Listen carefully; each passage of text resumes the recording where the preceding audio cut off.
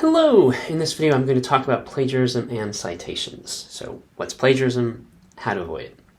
So plagiarism is using others' words or ideas as your own.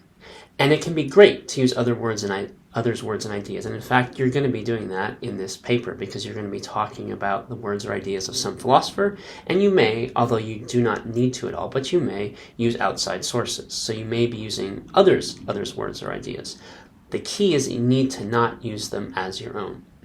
When we use another's words or ideas as our own, that means that we're not doing the thinking for ourselves.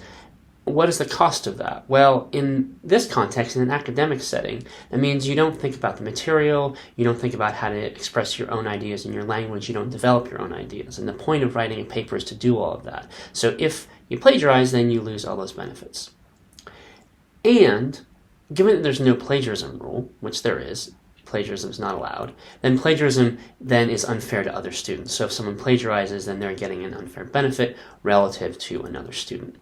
Now I want to be clear that do I think that you, the student watching this video, is going to plagiarize? No, I don't. I don't think that. Each student, I think, are they going to plagiarize? And I think, no. However, I also know that I've occasionally been mistaken in those judgments because students have plagiarized. And so I have this policy, I'm talking about this so that we're all on the same page. I want to help you to not plagiarize, which is why I'm writing this video, making this video. So if you have any questions about these topics, please get in touch with me. So your paper also must follow the AI large language model policy, which basically allows you to use AI, but you have to document it in a certain way. That's discussed in another video on another page. Violations of either of these policies can result in an F on the paper and a report to the administration. To be clear about why there is that penalty, if I wasn't giving grades and I was just giving you feedback on your work, then if a student plagiarized, I would say to that student, hey, you plagiarized, you need to rewrite this. And that's all that would happen. The problem is that I'm asked to give you letter grades, and those letter grades are then used to do things like apply for transfer to other universities, apply for scholarships and stuff like that. So if a student plagiarizes, and then that means that they're getting an unfair advantage to get all those benefits. And in my view, that's not good. It's not good to have an unfair advantage for getting those benefits, but that's what happens when a student plagiarizes. And so that's why I have these penalties, which result in an F on the paper and or a report to the administration. In some ways, I don't like being in this position of having to enforce these penalties. However, I have a real problem with the unfairness that results when a student plagiarizes because of the no plagiarism policy. And because I want to say that that's not okay, that's why I have these penalties in the class. In other words, the reason I have this policy is to protect all the students who, like you, I believe, are not going to plagiarize.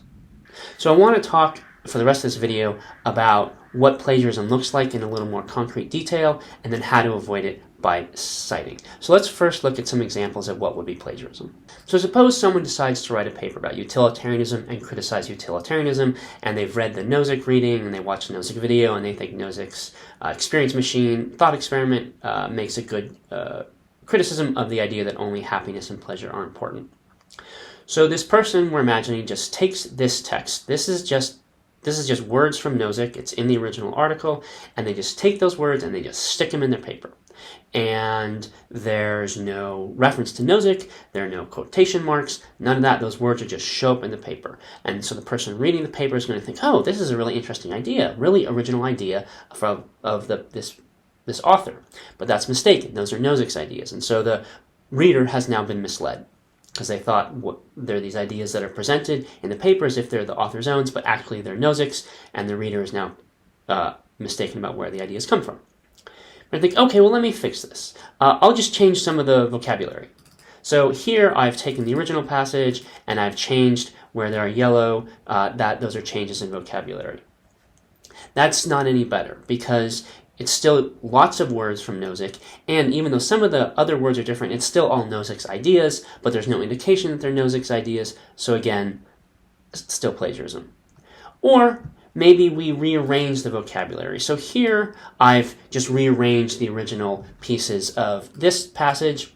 Again, it's still Nozick's words, just in a different order, and it's still definitely Nozick's ideas. And so if this is there with no indication that it's from Nozick, then it would still be plagiarism. So these are all things that we want to avoid. Just using the original words without any source, without any attribution saying where it came from, or changing the words a little bit, or rearranging the order of the words. All of that, if we're not referring to the original source, it still counts as plagiarism. So we don't want to do any of those things. So how do we avoid plagiarism? Well, we need to use proper citations.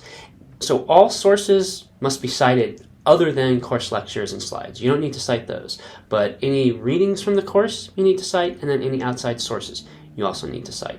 And there are two things you need to do to avoid plagiarism. You need to have in-text citations, and that shows in the text where these specific words or ideas, these come from another source, and so then that lets the reader know they're from another source.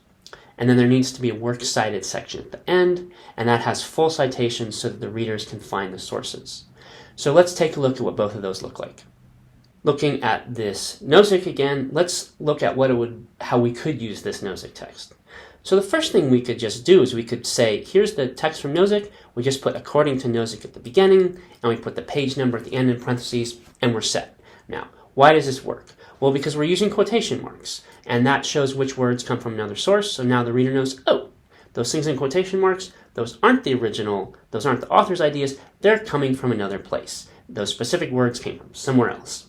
And then when we say Nozick and the page number, then the reader has the author name of the page, so that with the works cited list, they could go and find the original source and see the original passage in its original context.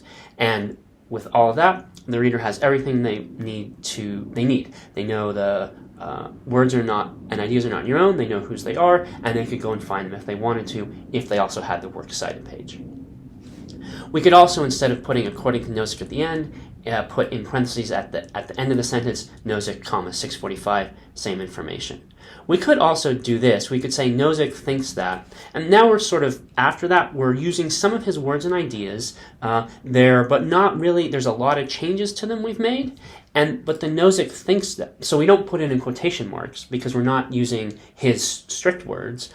But the Nozick thinks that here at the beginning tells the reader, look, I am telling you, reader, I, author, am telling you, reader, what Nozick thinks. And so, yeah, of course I'm going to be using some of his words and ideas, but you know that they're his words and ideas because I've said Nozick thinks that. Oops. And we could put Nozick 645 there if we wanted to as well. So any of these where we have the whole paragraph, the whole original words and ideas in quotation marks, and then we have the author name, the page number, author name, page number, or the paraphrase where we're clearly paraphrasing because we have this thinks that.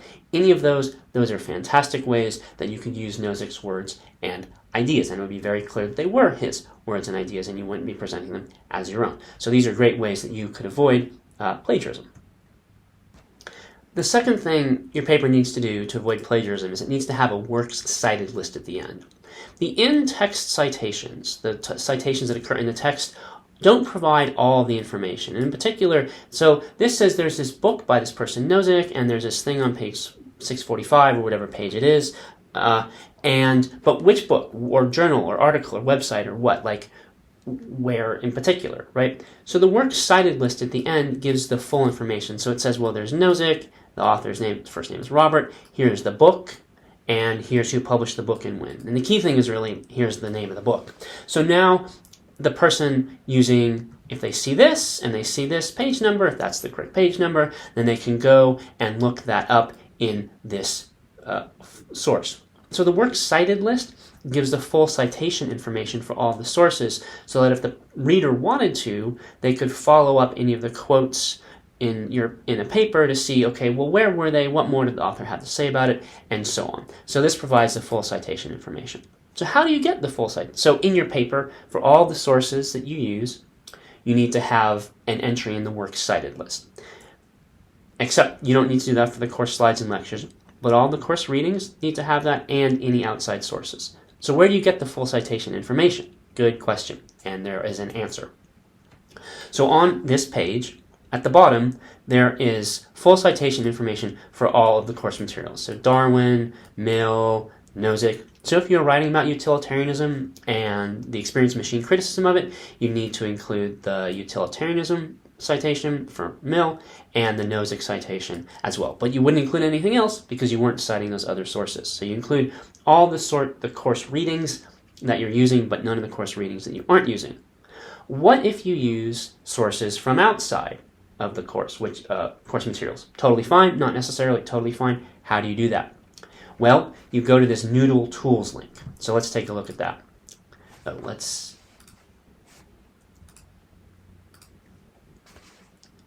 what if you're using sources from outside the course materials, which is great to do, not necessary, but can be really helpful? Well, how do you generate those citations?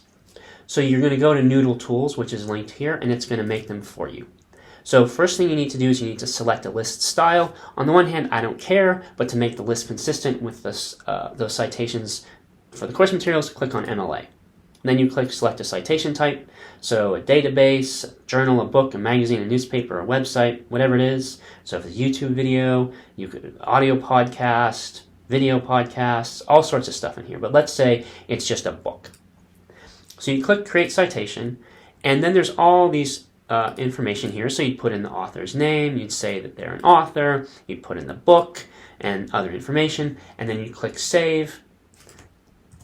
Let's say it was a book that I wrote, my book, and maybe who knows who published it. Let's say Oxford published it, and they published it in 2024. So we then click save, and it'll look like this, and it generates the citation. So, so for any sources that you're going to use that aren't listed on this list for for things that are not course materials, you go to Noodle Tools, you enter the information, and it will create the citation for you, and then you just copy that into your paper at the bottom of the paper in the works cited list. It's a very useful tool.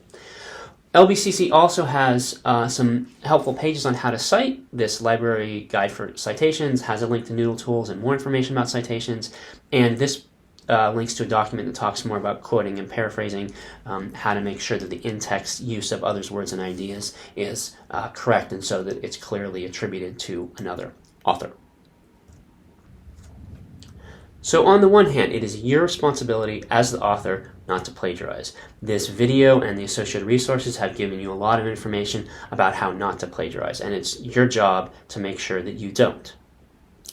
On the other hand, I want to do everything I can to help you in supporting your efforts at academic integrity and making sure that you don't plagiarize. What that means is if you have any questions at all whatsoever, then contact me and I will help you, and we'll make sure that everything is in line with the policies and that there's no plagiarism, right? So there are these clear policies. Plagiarism is not allowed because it defeats the purpose, all the learning that you do by writing the paper. If a student then plagiarizes, they're cheating, that's unfair. I'm not okay with that unfairness, the unfairness that they're gaining with respect to all the other students, and so I will penalize it. But I'm not out to get you like on ticky-tack little minor sort of like, oh, the formatting of the citations was messy or something. That's not what this is about. It's to make sure that it's clear what to do. And so if there is any confusion at all whatsoever in any way, straightforward, just contact me, message me, and we'll figure out what you need to do. And you can do that 24/7, right? Whenever you're working on your paper, if there's a concern, email me, and I'll get back to you as soon as I can. Or message me in Canvas, whatever it is. So, good luck with your paper. And again, if you have any questions at all, please get in touch, and we'll get your questions answered.